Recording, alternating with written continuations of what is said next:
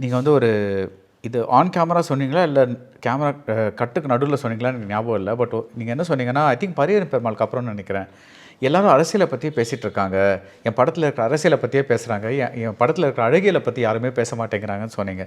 So we'll talk about it. But அதுக்கு முன்னாடி நீங்கள் எடுக்கிற படங்கள், நீங்கள் சூஸ் பண்ணுற சப்ஜெக்ட்ஸ் எல்லாமே வந்து யார் மேலோட்டமாக பார்த்தா கூட அது அரசியல் தானே முதல்ல தெரியுது. ஸோ டெஃபினட்டாக அதுதானே முதல்ல வந்து பாதிக்கும். அதை பேசத்தானே செய்வாங்க. இல்லை, அது கரெக்ட். அது பொதுமக்கள் பேசுகிறாங்க, அதை அக்செப்ட் பண்ணிக்கிறேன். அது அரசியல் பேசுகிறது தப்புன்னு. அரசியலும் அழகியல் தான். நீங்கள் அரசியல் வந்து நம்ம நினைக்கிறோம்னா முரண் அப்படிலாம் அதிகம். ஒரு நல்ல விஷயம் அரசியலுங்கிறது ஒரு கடத்தப்பட வேண்டிய ஒரு சமூகத்துக்கு, ஒரு பகுத்தறிவு சமூகத்துக்கு கடத்தப்பட வேண்டிய ஒரு அழகான முக்கியமான ஒரு விஷயம்.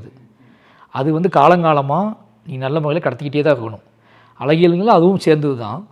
பட் என்ன பிரச்சனை அப்படின்னா, இங்கே நான் ஒரு ஃபிலிம் மேக்கராக நான் சொல்கிறது வந்து கிரிட்டிக்ஸ்கிட்ட பேசும்போது, இப்போ என்னோடய அரசியலை பேசுறதுக்கு என்னோடய பார்வையாளர்கள் இருக்காங்க, என்னோடய பொதுமக்கள் இருக்காங்க, சம்மந்தப்பட்ட நண்பர்கள் அவங்களாம் பேசுகிறாங்க. பட் கிரிட்டிக்ஸ் பேசும்போது நான் ஏதாவது லேண்ட் பண்ணிக்கும் போது, இப்போ எனக்கு என்ன ஆசை இருக்கும்ல, என்னோடய ஷார்ட் டிவிஷனை பற்றி நான் லேண்ட் பண்ணிக்கிறதுக்கு, இப்போ நான் அடுத்தடுத்து நான் என்னோடய கிராஃப்டை நான் வந்து மெருகேற்றிக்கிறதுக்கு இப்படி சில விஷயங்கள் இருக்குது. அப்போது கிரிட்டிக்ஸ்கிட்ட பேசும்போது என்ன தோணும் அப்படின்னா, வேறு ஒரு பெர்ஸ்பெக்டிவ், முழு சினிமாவை பற்றி ஒரு பெர்ஸ்பெக்டிவ். இப்போ அரசியலுங்கிறது ஒரு 2 கேள்வி இருக்குது, 3 கேள்வி இருக்குன்னா, என்னோடய சினிமாவுக்குள்ள இன்னும் நிறைய விஷயங்கள் இருக்குது. இந்த அரசியலை இந்த வடிவமத்துக்கு நீங்கள் எப்படி மாற்றினீங்க, இந்த அரசியலுக்கு இந்த மனிதர்கள், இந்த நிலம், இந்த இந்த இந்த கலர் டோனு, இந்த மியூசிக், இந்த விஷயங்களை எப்படி சூஸ் பண்ணீங்க அப்படின்னு ஒரு விஷயம் இருக்குது. இது எனக்கு மட்டும் இல்லை. இப்போ நான் வந்து எப்படி கற்றுக்கிட்டேன், எனக்கு முன்னாடி பண்ண இதை மாதிரி அரசியல் படங்கள் எடுத்த டைரக்டர்ஸ் படங்களை பார்த்து அதுக்குள்ளே ஒரு அழகியலை கண்டுபிடிச்சி, அதுக்குள்ளே ஒரு கிராஃப்டை கண்டுபிடிச்சி, நீங்கள் உலகத்தில் உள்ள முக்கியமான அரசியல் இயக்குநர்களோட படங்களை பார்க்கும்போது இவ்வளோ எமோஷ்னலான, இவ்வளோ ஆத்தென்டிக்கான, இவ்வளோ கான்ட்ரவர்ஷியலான ஒரு விஷயத்தை ஒரு மேனோட கிராஃப்டாக நம்ம இது எல்லாவனும், அதாவது என்னென்னா, இந்த அரசியலுக்கு ஒவ்வாத ஒருத்தனையும் இப்போ அதை ஈர்க்கணும், அவனை புரிய வைக்க, அவனை உள்ளே கொண்டு வரணும் அப்படிங்கிறது தான் அவனோட ஆசை. இப்படி இந்த மாதிரி அரசியல் படங்களை ஏன் இவ்வளோ கிராஃப்ட் பண்ண வேண்டியிருக்கு, இவ்வளோ உழைக்க வேண்டியிருக்கு அப்படின்னா, வெறுமனே இந்த படம் வரதுக்கு முன்னாடியே இது என்ன பேச போகுதுன்னு நம்ம காட்டிடுவோம். அதிகபட்சம் நம்மளோட போஸ்டர் டிசைன்ஸ், நம்மளோட ட்ரெய்லர்ஸ் அண்டு நம்மளோட பாடல் சாங்ஸ் மூலமாகவே அவங்களுக்கு தெரிஞ்சிருது. அதை விட நம்ம யார் டைரக்டர் அப்படிங்கிறத வச்சே தெரிஞ்சுது நீங்கள் ஃபுல்லாக.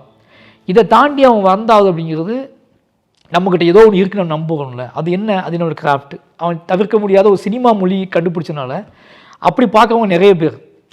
அப்போ கொஞ்சம் கொஞ்சமாக அவனுக்கு ஃபீட் ஆகிட்டே வரும்.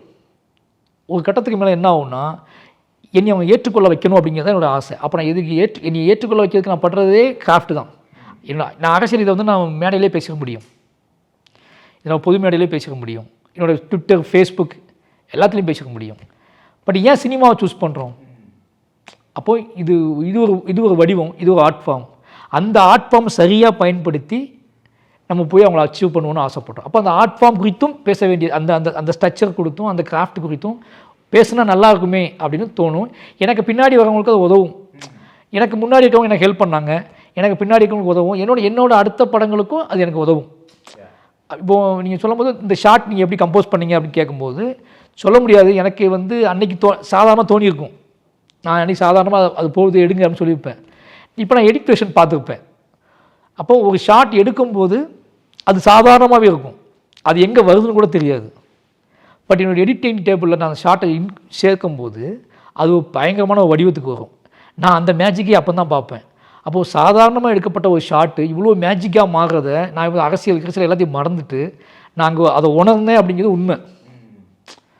அதை நான் என்ஜாய் பண்ணேன். அதில் ஒரு சின்ன ஒரு கர்வம் வந்துச்சு. சினிமா வந்து இவ்வளோ பெரிய மேஜிக்கான விஷயம் இல்லை சினிமா அப்படிங்கிறத உணர்ந்தேன்னு இருக்குல்ல, அந்த உரையாடலுக்கு ஒரு சின்னதாக இயங்கும் மனசு, அவ்வளோதான்.